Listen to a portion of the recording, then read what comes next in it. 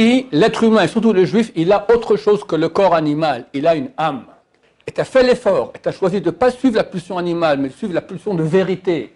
Le gosse, il va à l'école, il voit que son père est ignare. Mais attention, c'est dangereux, parce que c'est bon.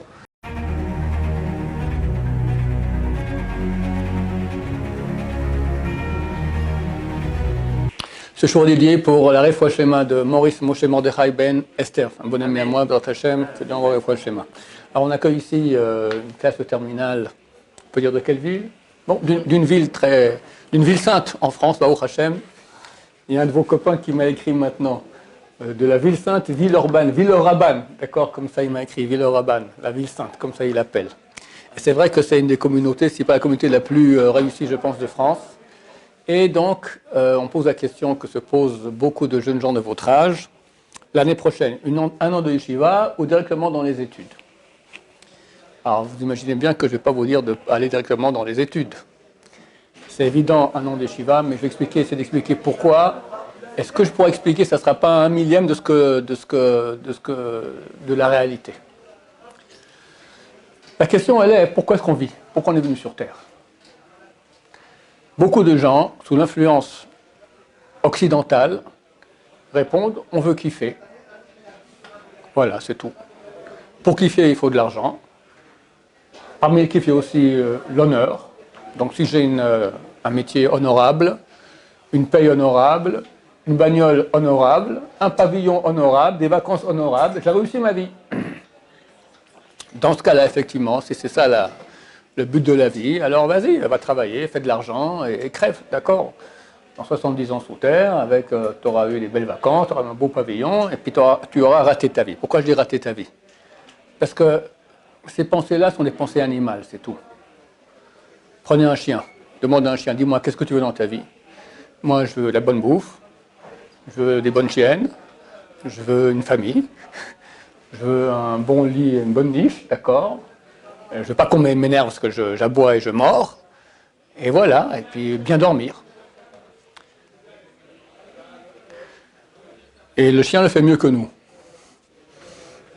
Je suis convaincu que si on faisait une étude comparative entre le bonheur des chiens et le bonheur des êtres humains, les chiens gagneraient beaucoup plus. L'homme souffre. Très peu de gens réalisent ce souhait-là d'avoir de l'argent, suffisamment pour vivre bien.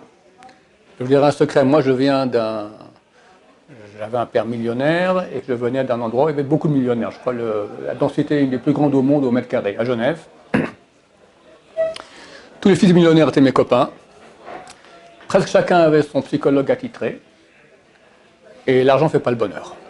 Je peux vous le garantir, je l'ai vu de mes yeux. Et plutôt le malheur, plutôt le malheur. Donc les chiens gagneraient. Alors je ne comprends pas. Si Dieu existe, et on parle maintenant à des gens qui sont croyants, pourquoi est-ce qu'il a créé un monde où les chiens sont plus heureux que les hommes? Réponse, le but c'est pas être un chien. Le but c'est être un homme. Et un homme, ça signifie être à l'image de Dieu. Le bonheur, je suis d'accord, mais le vrai bonheur, c'est quand ça te remplit.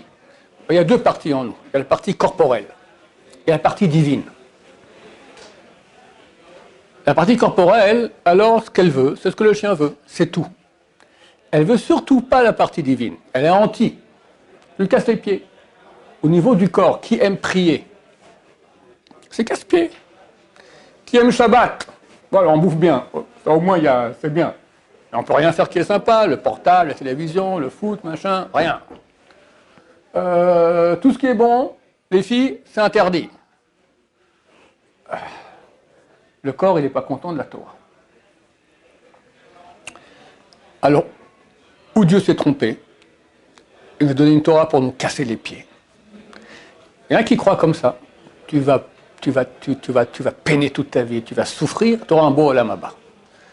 Ok, admettons. Et on nous dit Olam Haba, c'est éternel, ça vaut des milliards par rapport. C'est comme si on dit à quelqu'un, c'est un argument bidon. Mais c'est vrai que ça peut toucher quelqu'un. On lui dit, tu préfères être milliardaire un mois, puis après dans la misère toute ta vie, ou dans la misère un mois, après milliardaire toute ta vie. Tout le monde voudra la deuxième solution. Là, on dit la même chose. Tu vas souffrir ta vie ici, mais après tu auras l'infini. Pas toute ta vie. L'infini, c'est Faites un peu de maths hein, pour le bac. 1 milliard, 2 milliards, 2 milliards par rapport à l'infini, combien ça vaut? Zéro, rien du tout. Donc on nous dit, souffre ici et tu auras un grand olam là-bas. Ok, mais moi je dis que c'est un argument bidon. Pourquoi? Parce qu'on veut vivre ici. Ici, l'être humain, et surtout le juif, il a autre chose que le corps animal. Il a une âme. Il cherche un sens à sa vie. Et beaucoup de gens, pas à votre âge, mais plus tard, la trentaine, quarantaine, 50 ans, tombent en déprime. Parce qu'ils veulent se remplir. Et ils voient qu'ils ne se remplissent pas, ils se sentent vides. Alors comment on fait pour se remplir? Encore plus de plaisir, encore plus. Puis vu que c'est le plaisir animal, touche que l'âme animale, mais moi j'ai besoin de remplir moi-même, ce n'est pas l'animal, l'animal c'est mon corps. Je ne suis pas un corps, j'ai un corps. Le je qui dit qu'il y a un corps, c'est qui ce je, ce moi? Il a un corps, mais il n'est pas un corps. Ce je, si quelqu'un va penser toute sa vie à nourrir son corps et l'assouvir de tous ses plaisirs, ce je, il est affamé, il est vide, il est malheureux. Et vu que dans le monde occidental, on nous dit tu veux être heureux, aie encore plus de plaisir de ce monde, alors il se remplit toujours plus, mais c'est vide, ça ne va pas le remplir à lui. Comme quelqu'un il a besoin de boire, on lui donne à manger. Alors il mange, il boit, mais il a toujours soif, d'accord? Ton âme, elle reste vide, elle a soif, et tombe en déprime. Comprenez, à votre âge, ça commence un tout petit peu, mais plus quelqu'un grandit dans sa vie, plus son âme, elle grandit. Et il y a des besoins de l'âme. Et un beau jour, le corps, il crève, et l'âme, elle va rester. C'est nous le vrai moi. On doit réaliser le but de notre venue sur Terre, c'est pas être un animal. C'est développer, réaliser soi-même. Le soi-même, il n'est pas animal. Il a un animal. Pourquoi il a l'animal? Parce que Dieu veut qu'on ait un libre arbitre. Et que si on choisit, alors on a un mérite. Que ça nous revienne vraiment. Dieu aurait pu ne pas nous créer, nous laisser là-haut, au paradis, etc. Mais on n'aurait pas eu droit à ce paradis. Ce sera un cadeau gratuit, tu n'as rien fait pour. C'est pas toi. C'est pas à toi. C'est quand que c'est à toi, quand tu avais le choix. Et tu as fait l'effort, et tu as choisi de ne pas suivre la pulsion animale, mais de suivre la pulsion de vérité. Tu as eu l'amour de la vérité, tu as eu l'amour du sens, tu as eu l'amour du peuple d'Israël, tu as eu l'amour du Dieu d'Israël. Et pour ça, tu t'es donné, tu t'es investi. C'est difficile, parce que le corps, il ne veut pas ça. Tu t'es battu, tu as droit. Et c'est à toi. Et comme ça, tu construis toi-même ta neshama. Nous, on est une neshama. Il y a une partie qu'on appelle la nefesh behemite, l'âme animale, une partie qu'on appelle la neshama. Notre vrai moi, c'est la neshama. Elle a une partie animale. Alors, si maintenant quelqu'un se dit, je peux faire 1 an de yeshiva, et il n'y a pas mieux dans la vie, pas mieux dans la vie. Parce que jusqu'à maintenant, on va dire, tu étais en formation. Là, le bac, tu as fini. Ok, maintenant, tu commences ta vie. Maintenant, tu as plusieurs options. C'est clair qu'1 an de yeshiva, ça change la personne. C'est prendre 1 an de sa vie à savoir qui je suis. Pourquoi je suis là. Comment étudier une page de Gemara. Comment connaître la Torah. Comment apprendre à maîtriser ma partie animale. Tout ça, c'est un apprentissage pour la vie. Alors, ce n'est pas que 1 an. C'est que tu prends une voie. Tu comprends, tu as 2 voies. Alors, tu as une voie qui va aller comme ça, puis une voie qui va aller comme ça. Alors, chaque année, sans cesse, tu montes beaucoup plus haut. Alors, quelqu'un dira, mais je peux rester un bon juif aussi sans faire 1 an de yeshiva. Oui, mais tu vas rester petit. Petit! Et comme quelqu'un dit, je peux faire des études de plombier, je peux faire de chirurgien plastique. D'accord? Bon, dans les deux, tu gagnes ta vie. Mais combien gagne le plombier? Combien gagne le chirurgien plastique? C'est la même chose exactement. Tu penses à un petit juif, nul. Tu vas faire tes petites heures de Torah par-ci, par-là, etc. Mais tu rates l'essentiel. Alors, je ne vous dis pas de devenir, si quelqu'un devient toute sa vie après un étudiant de Torah, c'est encore mieux. Mais si tu as une formation pendant 1 an qui te permet après d'avoir un niveau, tu es déjà autonome en Gemara, tu as le goût de la prière. Qui peut dire à votre âge qu'il a le goût de la prière? Moi, j'ai prié des fois, hélas, dans des écoles juives, mais c'était malheureux comme tout. Tu vois les élèves devant leur sidou comme ça, en train de tourner les pages, la corvée, alors que c'est une des plus belles choses de la vie, la prière. Ça ne s'apprend pas durant la vie à Lyon, désolé. Ça s'apprend dans une yeshiva. La traduction de la prière, le sens de la prière, les cours sur la prière, que tu commences à goûter à cela, c'est quelque chose de plus beau, c'est une des choses les plus belles qu'il y ait au monde, la prière. Tu es en relation avec Hachem. Savoir étudier la Torah, être un connaisseur en Torah, pas toujours passer par les traductions en français, etc.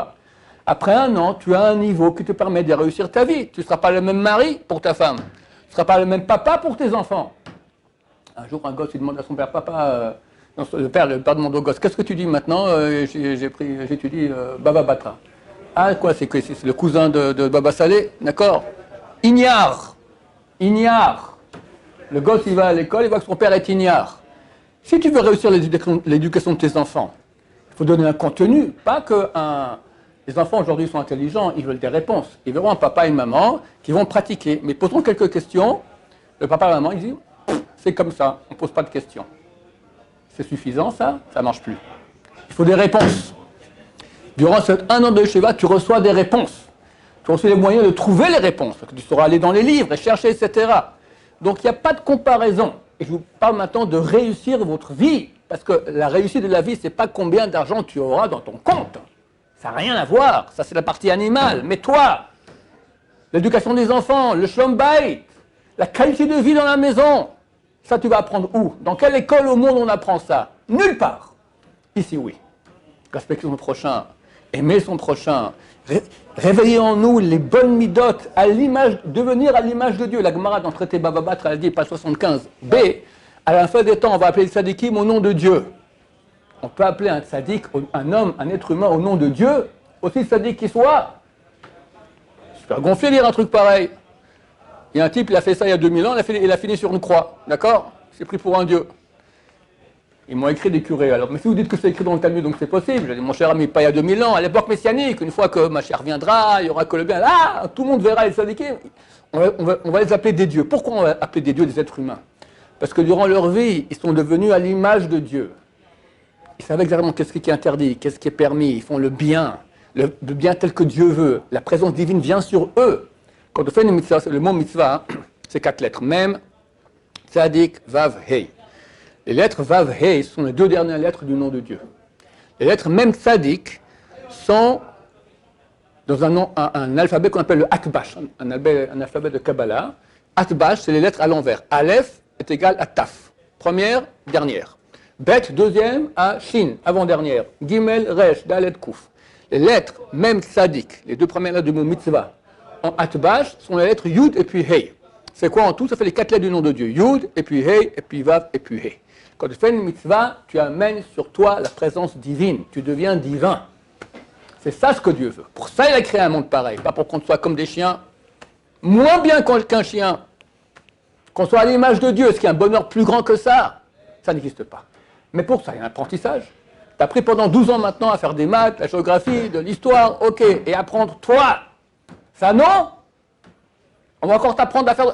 C'est le monde goy. Nous apprend... Écoute, goy signifie corps.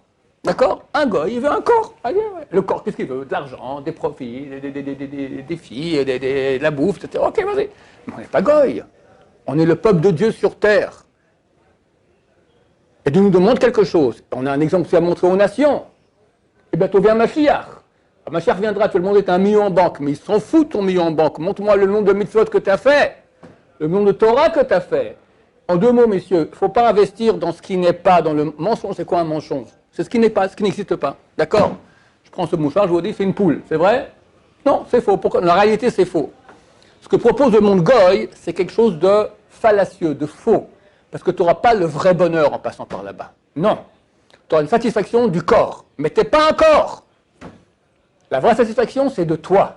Et la Torah te donne maintenant comment remplir ce toi, comment le réaliser, comment le rendre heureux, vraiment. Toi, ton entourage, on ne parle pas de Olam Haba après, Bezrat Hashem. Voilà, je crois que j'ai fini. Des questions sur le sujet, messieurs. Ou d'autres sujets. Oui. Est-ce que malgré le fait qu'on sait que ça ne sera peut-être pas pour nous et que demain on sait qu'ils ont fait la yeshiva et qu'ils ont atterri encore pire que ce qu'ils pouvaient être? C'est rare. C'est rare. Pas si rare. Il y a des exemples de personnalités publiques, je ne vais pas dire le nom, mais il y en a beaucoup comme ça. Gad Elmaleh, voilà. Mais il est parti tordu à la yeshiva déjà. Laisse tomber. C'est rare, c'est rare, c'est rare. Regarde, je vais te dire. Il n'y a pas de garantie. Il n'y a pas de garantie de réussite. Mais vu que l'hypermajorité des gens qui vont à la yeshiva, ils réussissent. Parce qu'ils avaient cette envie. D'accord. Si quelqu'un n'a pas envie, on ne peut pas l'envoyer, qu'il ne vienne pas de force, c'est clair. On est obligé par ses parents. Mais obligé par ses parents aussi, c'est complètement ridicule. Moi, je parle, ici, on n'a personne qui est venu malgré lui, d'accord? C'est surtout, on a beaucoup aussi de Balei Tshuva ici. Balei Tshuva, c'est les gens qui étaient loin et qui ont compris, ils sont amoureux de la Torah. Et c'est communicatif. C'est les gens qui sont des endormis, qui sont venus ici d'école juive, des endormis, d'accord. Et quand ils ont vu l'amour de la Torah qu'il y en a chez les autres, c'est communicatif. Donc c'est ça qu'on veut réveiller chez la personne. C'est rare que ça ne marche pas. Et on ne vit pas dans un monde de 100% de choses. Alors il y a des chances, un risque minime de non-réussite, mais c'est clair que mieux vaut pas rater. Toi tu dis, c'est comme la paracha de la semaine.